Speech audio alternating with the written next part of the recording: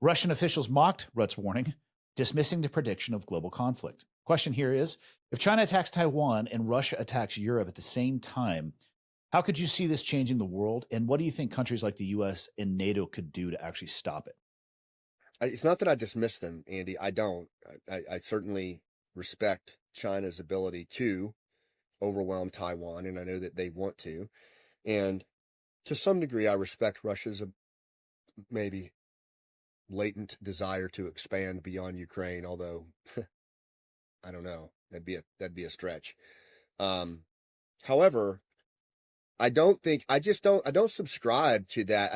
I think that model is just, it doesn't make sense to me. It does. I mean, and maybe it doesn't make sense to me in just as a guy who's spent a little bit of time, in combat and kind of seen some other realities out there, like yourself.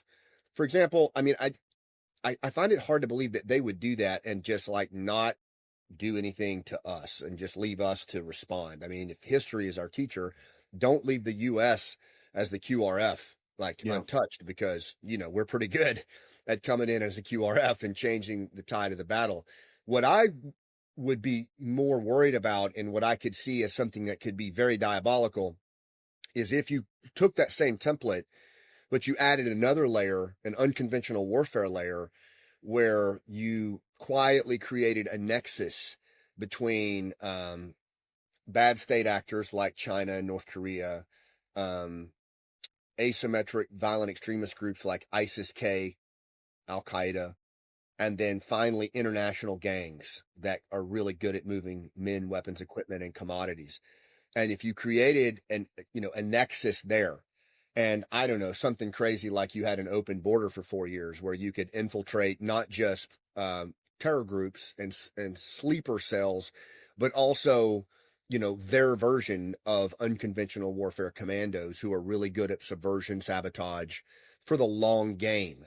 And then you time it where you have kind of an October 7 inside the United States at multiple cities, along with these external triggers. Now that I could see as a real problem, because that would immediately create institutional paralysis within our own borders, and we would have to make really hard choices on how we committed resources and frankly, our ability, I would think, to respond, or even our propensity to respond to something over there, would be far less likely when we have thousands of casualties here in the United States. And it's, theoretically, if you did that, these individuals, if you look at the Beslan school siege, if you look at the Crocus City Music Hall, October 7, they could hold terrain. They could possibly even mobilize campus groups, diasporas in certain cities to, if not actively resist, passively resist. I mean, you could create a real storm here at home, and then, these external things happen. And I think you could see a real challenge for the West. But that's kind of the one I worry about. Not just these two external triggers acting and seeing what we do. Yeah, I agree with you. I hadn't thought about that, but strategically that makes way more sense. If they were to just move on Taiwan, and then whether or not, Russia is a junior partner to China, and they would actually take action on what they were told to do. I mean, they're kind of at a stalemate right now in Ukraine, and they are certainly going through, as is Ukraine, obviously, because they're being restocked by many people, but the war machine on both sides is grinding really hard. I don't know how much Russia could really reach out more. I'm not an expert on their capability, but I know it has been degraded. If you left the U.S. on the outside of that, like you mentioned, we're really good at smashing shit. We're terrible at putting things back together. But yeah, we'll answer the red bat phone, for the QRF. Yeah. It probably will take us decades to put together the Humpty Dumpty again, and we'll try and we'll fail, but we'll do our best.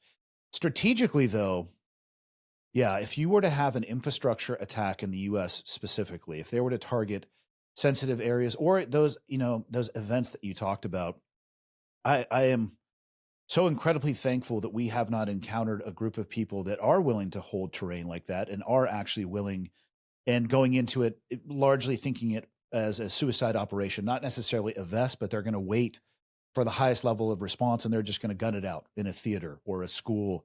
I mean, that is a complicated tactical problem that I'm really happy that the U.S.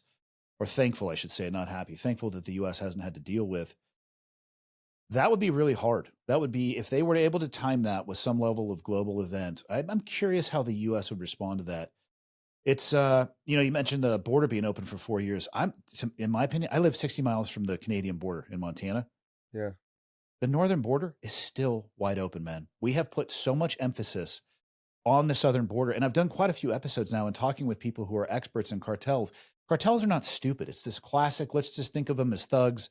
They are just street muscle. And of course, a portion of the cartels, you're going to have that. You're going to have your muscle that's doing that. But these people are complicated thinkers. They're rolled into legitimate businesses, and they've already built infrastructure north of the American border as well. And I mean, in a lot of areas in the state that I live, there's not even a fence either. It's like a mowed stretch of grass. And yes, there's probably sensors and all of these things, but that's very reactive. Like, cool, if you go check a SIM card a week later, you might know somebody who's come through. But there's really non-complicated technical ways that you could get large portions of people, or just smaller portions, but very important and influential people, technology. It's still wide open. And I wonder what it would take for the northern border to get the level of attention that the southern border does. Well, probably, unfortunately, an incident, right, that would cause us to respond. I mean, that seems to be our MO. But let me just ask you, I mean, you saw the Ukrainian attack on Russian strategic bombing using the trucks bearing the drones, right? Yeah. So in your mind, what do you think it would take to build a truck like that with that capability? What are we looking at here? Well, the truck itself just seemed like it had a dead man compartment that opened.